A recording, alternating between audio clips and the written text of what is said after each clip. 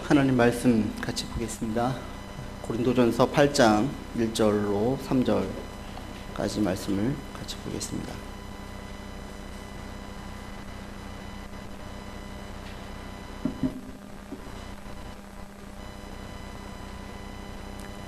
(8장 1절로 3절) 같이 합독하겠습니다.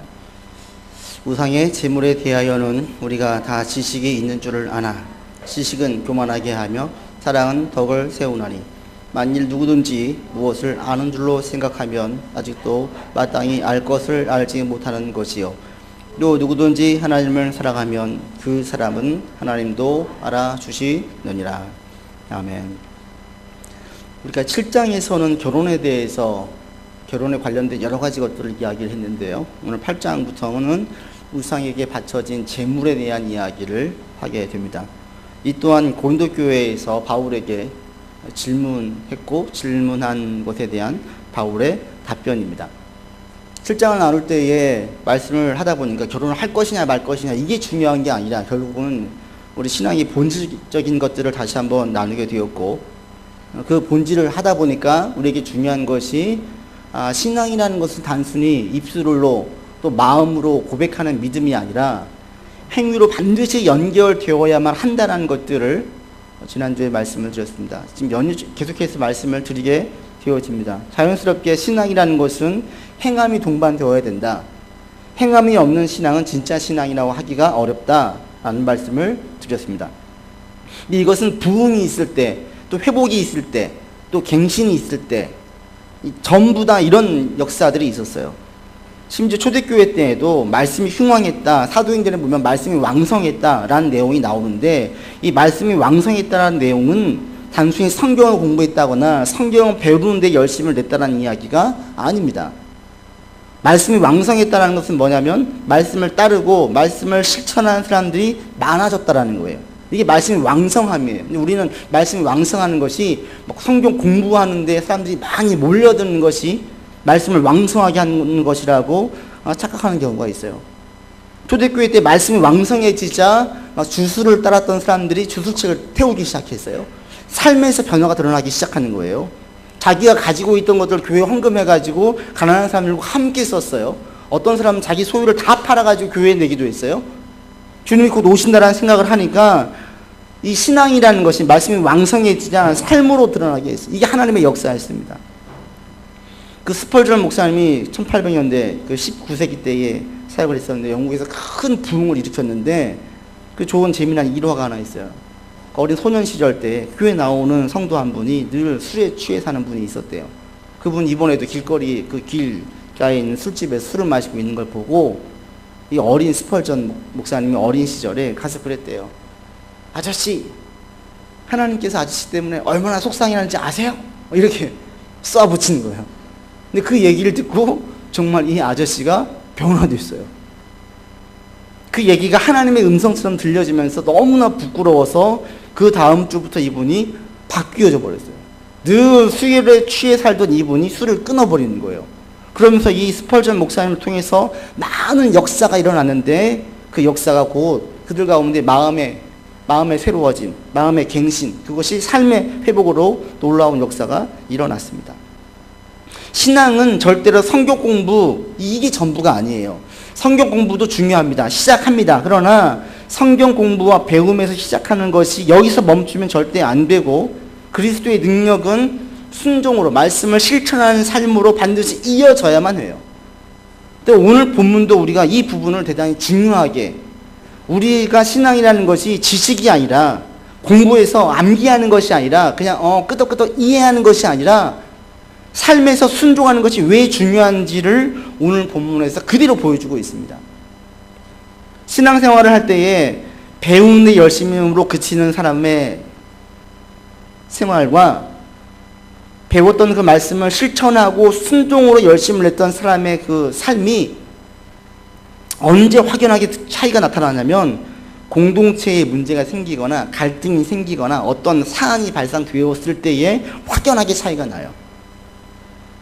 말씀에 대한 순종이 없는 사람들, 배우는데 그치는 사람들은, 삶에 어떤 순종함이 없는 사람들은 공동체 내에 어떤 문제가 생겨지면 그 문제를 더 키워요. 더 싸우게 만들어요. 더 큰 분쟁이 일어나게 만들어요. 반면에 말씀을 듣고 실천하고 순종하는 사람들은 종교에는 이런 문제가 생겼을 때에 그 문제를 잘 봉합하고 공동체가 하나 되게 끈끈하게 만드는 그런 작용을 하게 만들어요. 왜 그렇게 되어지느냐? 오늘 본문에서 우리가 그거 답들을 찾을 수가 있습니다. 고린도 교회 내에 한 가지 문제가 생겼습니다. 어떤 문제를 얘기합니까? 우상이라고 말씀을 드렸습니다. 1절 우리 다시 한번 읽어보지요. 우상의 제물에 대하여는 우리가 다 지식이 있는 줄을 아나 지식은 교만하게 하며 사랑은 덕을 세운다. 이들 가운데 왜 우상의 제물에 대한 문제가 생겼느냐? 고대에는 많은 신을 숭배했습니다. 많은 제사가 있었습니다. 그리고 그 제사에는 개인적인 제사가 있었고 공적인 제사가 있었어요. 개인적인 제사는 희생제물을 제사장에게 드리면 3분의 1은 태워서 드리고 3분의 1은 제사장에 취하고 3분의 1은 이 제사를 드린 사람이 가져가서 이거를 같이 먹고 마시면서 잔치 형식으로 두었어요. 그 다음에 공적인 제사들도 많았는데 그 당시에는 로마 황제를 숭배하는 것이 대단히 확산되어졌고 또 그 당시에 있었던 많은 신들, 아폴로나 비너스나 이런 신들에 대한 많은 사당들이 있었어요. 바울 시대 때에는 사당들이 훨씬 더 많아졌어요.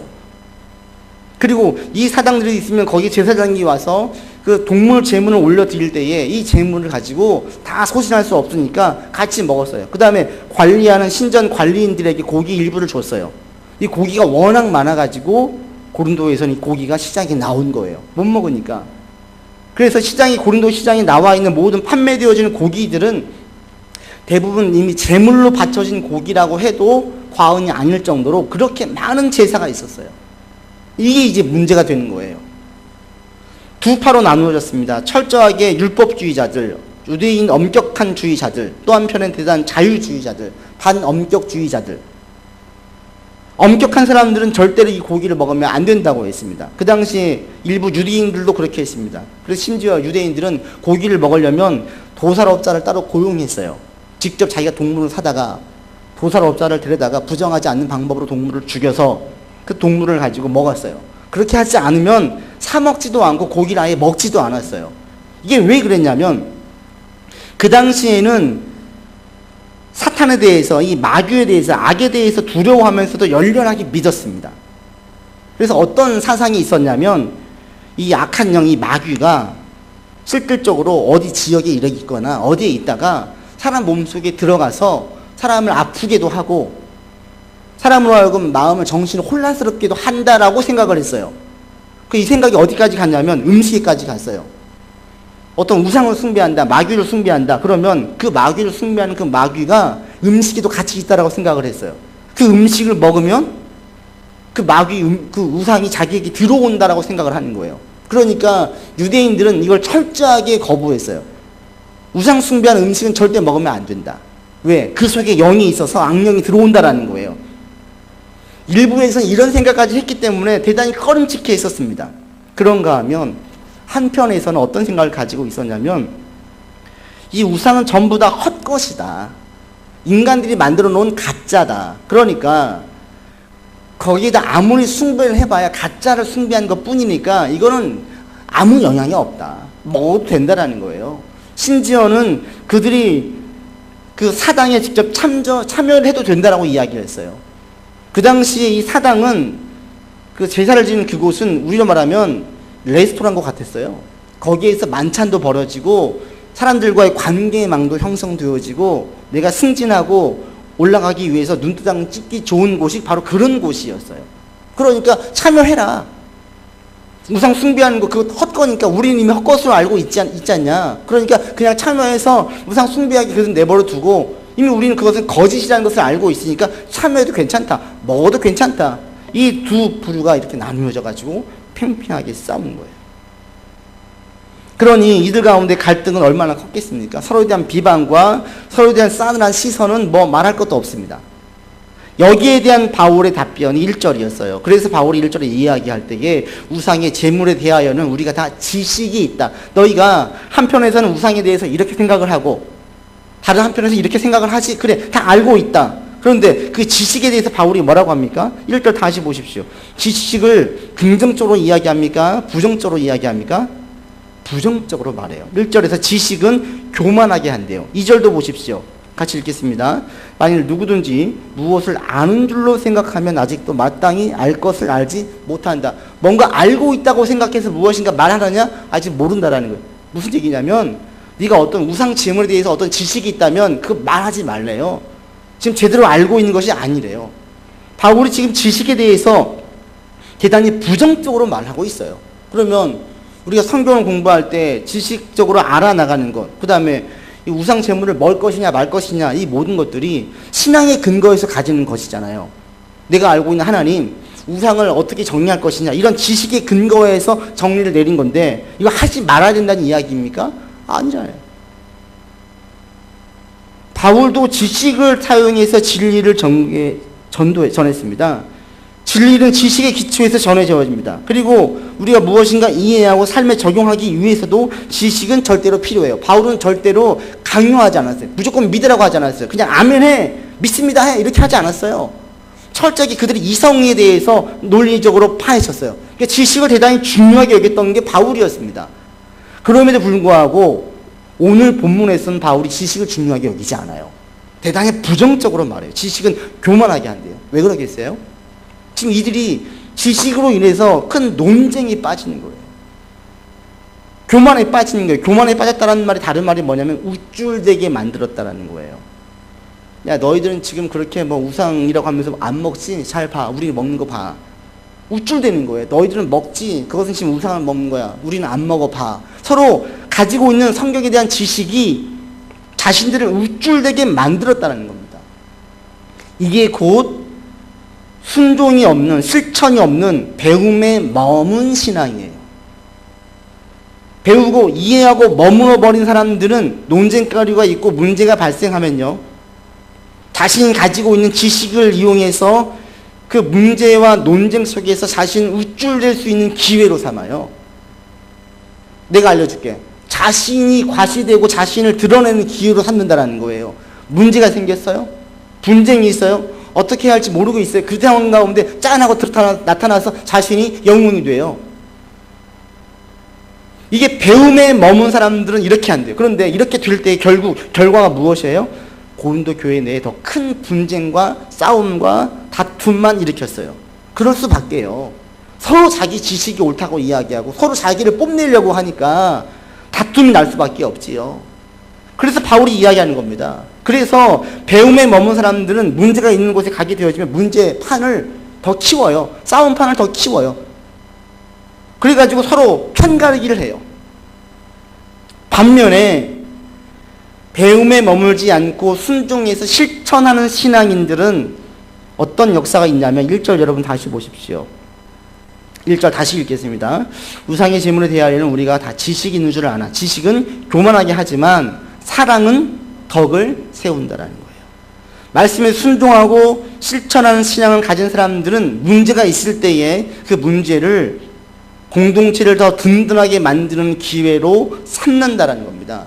이 덕을 세운다, 이 헬라어 이게 원래 오이코도메오 이 말인데 건축한다, 세운다라는 뜻이에요.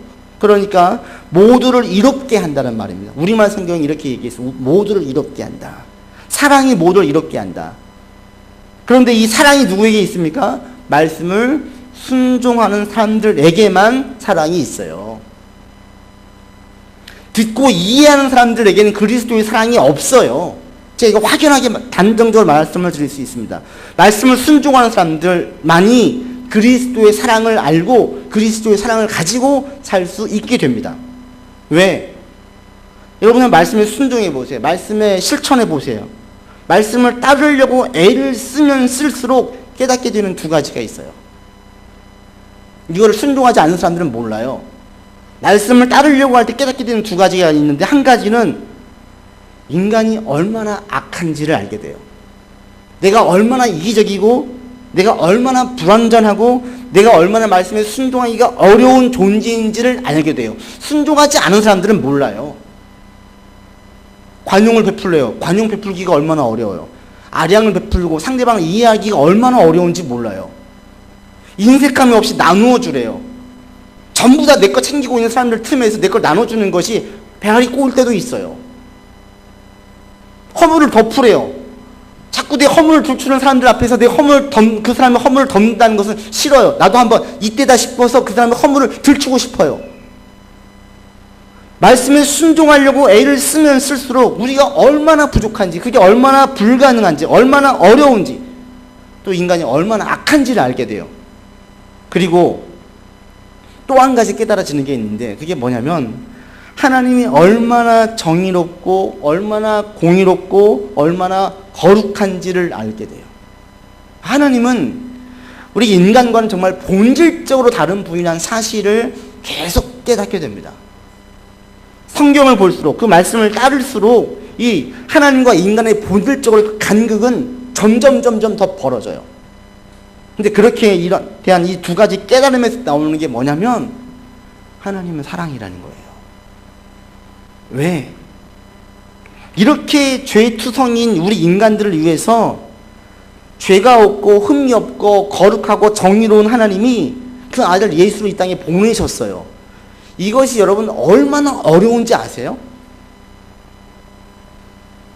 하나님이 예수님을 이 땅에 보내시는 것 자체가 얼마나 힘든 일인지 아시냐고요.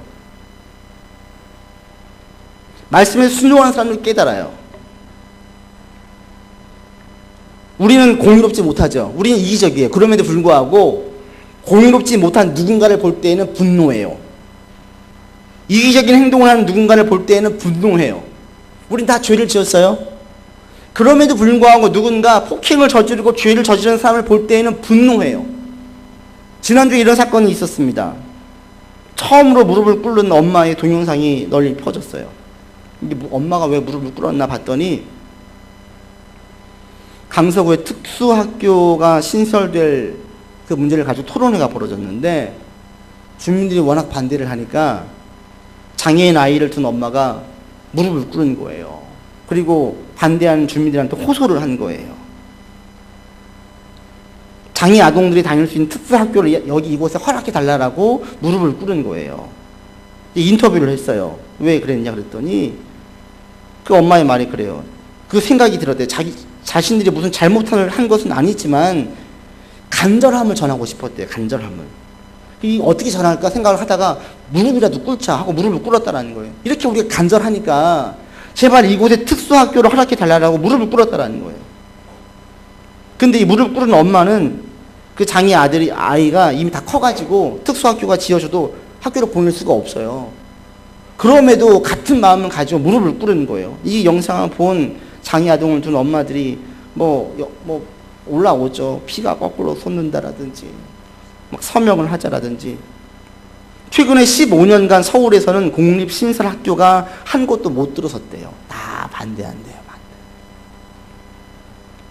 그럴 때 많은 분들이 분노했어요. 이분들이 왜 반대해요? 땅값 때문에 반대한대요. 집값 떨어진다고. 특수학교가 들어서면 집값이 떨어진대요. 그러니까 우리는 안 된다는 거예요. 우리는. 그래서 특수학교가 몇 군데 없기 때문에 특수학교를 가기 위해서 그런 아이들, 장애를 가진 아이를 둔 부모들은 2시간, 3시간씩 통학을 해요. 자기 아이는 바로 앞에 5분, 10분 거리 학교를 보내면서 장애가 있는 아이들은 2시간, 3시간 가는 거에 대해서 신경을 안 쓰는 거예요. 여러분 여기에 대해 어떻게 해요? 분노하지 않아요? 속이 상해요. 분노해요. 근데 여러분 한번 생각을 해보세요. 여러분이 살고 있는 그곳에 특수학교가 들어온다면 여러분들은 쉽게 예스 하겠어요?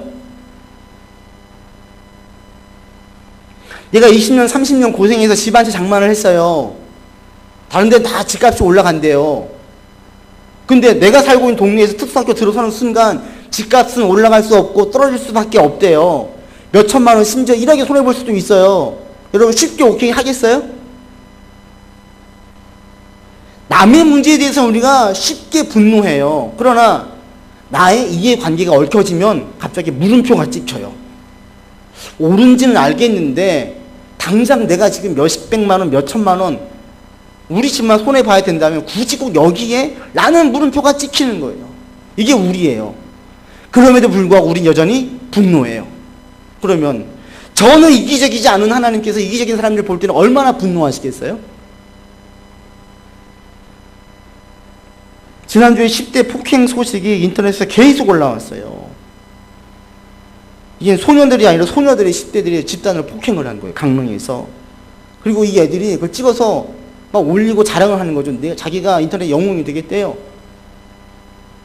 강릉에서 터졌는데 지난 한 주에 터진 건수들이 강릉만이 아니었어요. 대전에서도 터지고요. 경기에서도 터지고 부천에서 터지고 세종에서 터지고 여중생 집단 폭행 사건들이 지금 막 터진 거예요. 근데 가해 아동들이 거기에 대해서 별로 가책을 못 느껴요. 피해 아동만 고스란히 피해를 보고 있어요. 이걸 보고 지금 막 나왔던 게 뭐냐면 소년법 폐지가 요구하는 것이 청원서가 올라왔어요. 청와대 홈페이지에 누군가 올렸습니다. 더 이상 10대 청소년이란 이유로 보호법을 악용하는 잔인무도한 청소년들이 늘어나고 있습니다. 반드시 청소년 보호법은 폐지해야 합니다. 라고 청원서를 올렸더니 거기에 제가 지난 8일 엊그제 확인해 보니까 9월 3일 날 이게 시작되었거든요. 단 며칠 만에 25만 6천 명 이상이 거기에 찬성한다고 청원서에 같이 동의를 했어요. 분노하는 거예요. 10대라고 하지만 단순히 어리다고 해서 그냥 가볍게 넘길 문제가 아니라는 거죠. 그렇게 하기에는 너무나 범죄가 심하다는 거예요. 막 분노했어요. 많은 사람이 분노했어요. 그런데 분노한 여러분 스스로, 저 자신도 우리는 누군가 연약한 사람들에게 부당하게 폭력이라든지 압력이라든지 어떤 부당한 일을 가한 적이 없습니까? 여러분 있어요, 없어요? 저도 있어요. 제가 가끔 회개해요. 우리 건순을 대하는 저를 볼 때마다. 이런 우리 똑같이 죄를 짓는 연약한 우리가 그런 행동을 볼 때에는 분노해요. 그러면 연약한 자들을 가장 안타까워하시고 가장 아끼신 하나님, 그 하나님은 이런 행동을 볼 때 얼마나 분노하시겠어요? 용서가 안 돼요. 우리 용서 안 하고 싶어요. 그 사람들은 처벌을 받아야 된다고 생각을 해요. 하나님의 입장에서는 공의롭고 정의롭고 거룩하시고 죄가 한 개도 없으시고 연약한 자들을 가장 크게 귀하게 보시는 하나님께서는 이런 불의한 인들과 악행을 볼 때 얼마나 힘드시겠어요. 다 쓸어버리고 싶죠. 그런데 쓸어버리지 않고 오히려 독생자 아들 예수를 보내시는 거예요. 우리 때문에 죽을 걸 뻔히 아시고 보내시는 거예요. 인간이 얼마나 죄스러운지, 하나님께서 얼마나 거룩하신지, 그런데 이분이 아들 예수를 보내시고 우리를 다 용서하시고 분노를 참아가면서까지 우리를 벌하시지 않고 다 용서하시는 것이 얼마나 어려운지, 이걸 이해하면 이거 어떻게 가능해요? 하나님이 사랑 자체이시기 때문에 가능한 거예요. 이거 이외에는 답이 없어요. 사랑이 없으면 우리 가운데 예수를 보낼 수가 없는 거예요. 공의 하나님은 다 쓸어버리셔야 돼요. 다 심판하셔야 돼요. 용서하면 안 돼요. 근데 그 사랑이 하나님 자체가 사랑이시기 때문에 그 사랑으로 말미암아서 아들 예수를 보내시는 거예요. 말씀에 순종하면 순종할수록 이걸 더 깨닫게 되어져요. 야, 진짜 이런 나를 살리시려고, 이런 나를 목사 만들려고, 이런 나를 성도 만들려고. 이건 하나님의 은혜와 사랑이 아니고 설명이 안 되는 거예요. 그러면 얻어지는 게 뭡니까? 하나님은 사랑이시라는 거예요. 이걸 깨달은 사도 요한이 이렇게 고백을 했어요. 하나님이 우리를 사랑하시는 사랑을 우리가 알고 믿었노니 하나님은 사랑이시라. 사랑 안에 거하는 자는 하나님 안에 거하고 하나님도 그의 안에 거하신다. 그래서 말씀에 순종하는 사람들은 확실하게 깨달은 게 있는 게 그게 뭐냐면 하나님은 사랑이시라는 거예요. 하나님은 사랑이시다. 사랑 자체시다.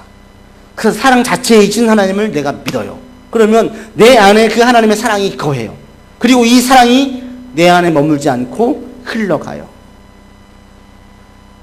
누구든지 하나님을 사랑하노라 하고 그 형제를 미워하면 이는 거짓말하는 자니 보는 바 그 형제를 사랑하지 아니하는 자는 보지 못하는 바 하나님을 사랑할 수 없느니라.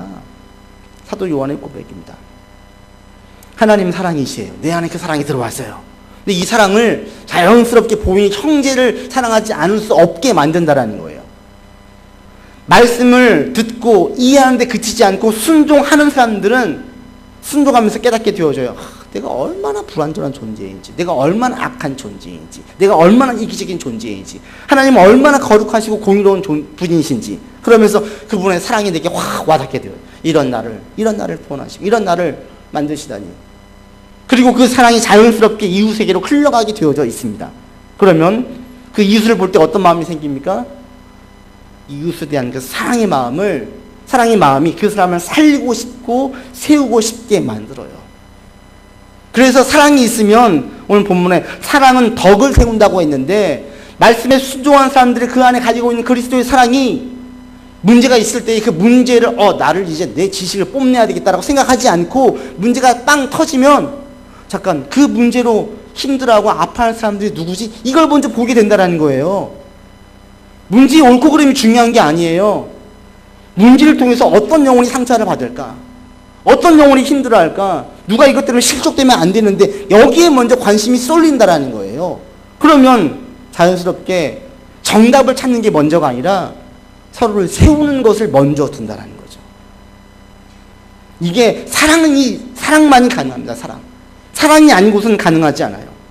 이걸 잘 보여준 예가 솔로몬의 그 지혜로운 판결이에요. 솔로몬의 지혜를 이야기할 때 두 여인이 솔로몬에게 찾아오잖아요. 그러면서 서로 이 아이가 자기 아이래요. 죽은 아이가 상대의 아이래요. 그때 솔로몬이 판결을 내립니다. 아이를 반으로 잘라라. 그리고 양쪽 엄마에게 줘라.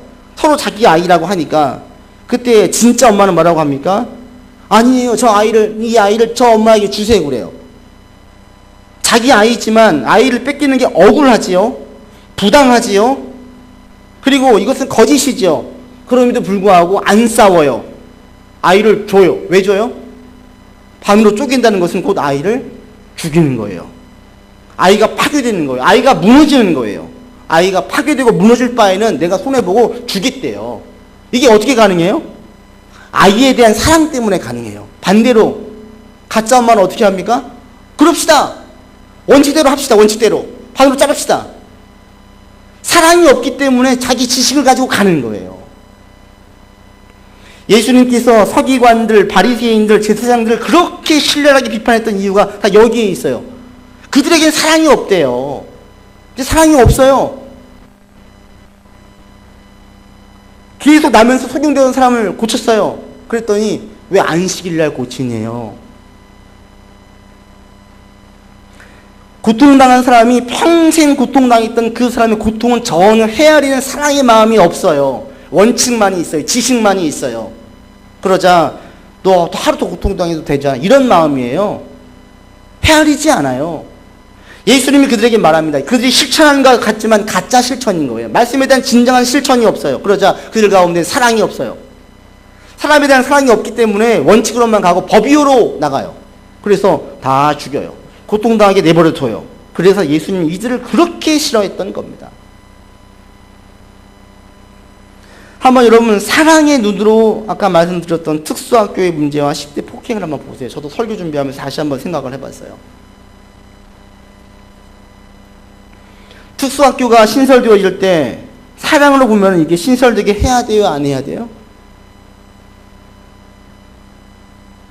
내게 있는 몇 천만 원, 몇 억에 손해볼 수 있어요. 그런데 잠깐만, 만약에 저 아이가 나의 아이라면, 저 아이 특수아동을 둔, 장애 아동을 둔 아이의 엄마와 아빠의 그 고통을 헤아리는 게 내게 전해져 있다면 몇 천만 원 손해보는 게 속이 쓰리긴 하지만 반대는 못하는 거예요. 반대는 솔직히 우리 지역에는 안 들어왔으면 좋겠지만 들어와야 된다면 어쩔 수 없는 거예요. 왜?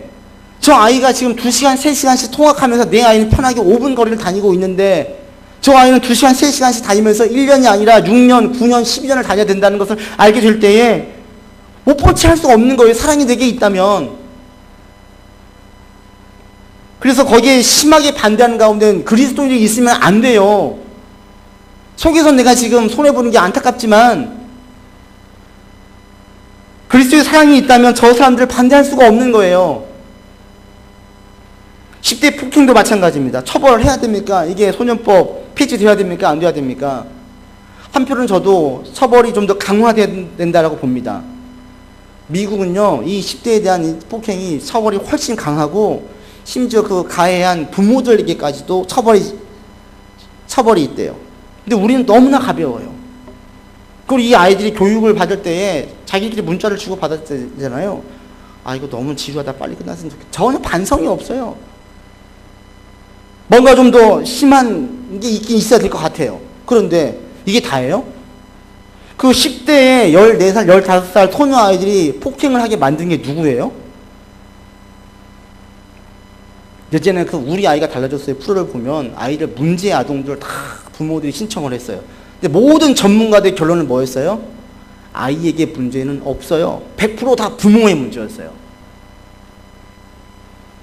부모의 문제가 아이로 하여금 유별나게 저렇게 힘들게 만들었다라는 거예요. 결국은 아이가 바뀔 게 아니라 부모가 바뀌어야 된대요. 10대 소녀의 폭행은 누구의 문제예요? 가만 보니까 소녀의 문제인 줄 알았더니 그 아이를 누가 만들었어요? 부모의 문제예요. 그런데 이게 단순히 부모의 문제라고 볼 수 없는 이유가 그 폭행을 한 아이가 한 게 아니에요. 집단으로 했어요. 그것도 한 지역에서만 있었던 게 아니었어요. 다양한 지역에서 계속 있었어요. 이것은 어느 한 가정의 부모의 문제가 아닌 거예요. 더 크게 누구의 문제예요? 이 사회의 문제인 거예요. 지금 우리 사회의 어른들에게 무엇인가 큰 문제가 있기 때문에 여기저기서 때리는 것에 대해서 저 아이가 아플 것이라는 생각을 전혀 하지 않아요. 괴물로 만들고 있어요. 단순히 소년법을 폐지할 것이냐 말 것이냐보다 더 중요한 문제가 지금 우리 사회가 매우 심각하게 썩어가고 있구나. 이것은 지금 어른들이 만들었구나. 단순히 저 아이를 향해서 손가락질을 할 것이 아니라 이거 분명히 어른들이 지금 다시 뭔가 깊게 반성하고 성찰하고 우리 사회를 돌아봐야 되는구나. 이걸 보게 만들어요. 이게 사랑이 있을 때에 이것들을 보게 만듭니다. 저도 오늘 본문 묵상하면서 이걸 깨달았어요. 처음에는 10대 폭행을 볼 때 분노만 했어요. 분노만. 근데 쭉 말씀을 준비하다가 이 사실을 깨닫게 되었어요. 아, 그렇구나. 전 여러분들이 신앙생활 할 때에 듣고 그치고 이해하는데 그치지 않기를 바랍니다. 힘써서 말씀을 따르려고 순종하려고 애를 쓰는 여러분들 되기를 바랍니다. 그래서 여러분들이 얼마나 이기적인지, 얼마나 불완전한 존재인지, 내가 얼마나 죄인인지를 자꾸 느끼세요. 그게 은혜예요. 그러면 이걸 경험하면 경험할수록 그리스도의 사랑이 더 커져요. 더 감사해요. 그리고 그 사랑으로 다른 사람들을 바라볼 수 있게 돼요. 우리가 사랑으로 힘써 대해야 될 가장 기본 공동체는 여러분 가정 공동체입니다. 여러분 가정이 그리스도의 사랑으로 가득하기를 바랍니다. 자녀가 부모의 마음을 후비 파는 말들을 할 때에 이것은 정상이 아니에요. 부모들이 자녀에게 심하게 상처 주는 말을 하는 것도 또한 정상이 아니에요. 사랑의 결핍이에요. 이것이 계속 심화되어지면 그 가정은 이미 깨진 가정입니다. 왜? 그 가운데 이미 균열이 생겼어요. 사랑이 없다면 이건 균열이 생긴 거예요. 언제 분열될지 몰라요. 여러분 가정 가운데 사랑이 있습니까? 부모의 아픔을 자녀들이 헤아리고 있습니까? 자녀를 볼 때 그 아픔이 내게 전해지고 있습니까? 아니면 나만 힘들다라고 막 함부로 하고 있지는 않습니까? 가장 가까운 가정을 먼저 보세요. 여러분 가정이 사랑으로 가득한 가정 되기를 바랍니다. 가족 간에 서로 사랑으로 마음을 헤아릴 수 있는 마음이 있을 때에 그 가정이 진정한 행복한 가정이에요. 이게 우리가 가장 힘써야 될 공동체입니다. 또한 공동체가 교회 공동체이죠. 우리 교회 안에 문제가 없기를 바라지만 교회가 점점점 성장해 갈 때마다 분명히 어떤 문제가 있을 수가 있습니다. 그럴 때마다 뚝 소리내는 사람들이 참 우리 교회에 있지 않기를 원해요. 옳은 소리가 아니라 덕을 세우는 소리들이 우리 교회 가운데 많아지기를 바랍니다. 그 문제에 대해서 이거 어떻게 해결할까, 어떻게 치유할까가 중요한 게 아니라 이것이 어떻게 교회를 더 건강하게 만드는 방법이 있을까, 이걸 모색하는 성도들이 많을 때 이 교회는 건강해집니다. 이게 바로 사랑입니다. 저 우리 교회가 이런 사랑으로 가득하기를 바랍니다. 그리고 이 사랑의 마음이 여러분들이 많은 만나는 사람들을 볼 때만 다 이렇게 보려고 힘을 쓸 수 있기를 바랍니다. 세상 사람들이 이렇게 보지 않지요. 일처리도 잘해야 되겠지요. 그러나 우리 가운데에는 사람을 살리는 것, 우리가 일을 할 때 일을 하는 게 아니라 사람을 상대해서 일을 하고 있다는 사실을 절대 잊지 마시기를 바랍니다.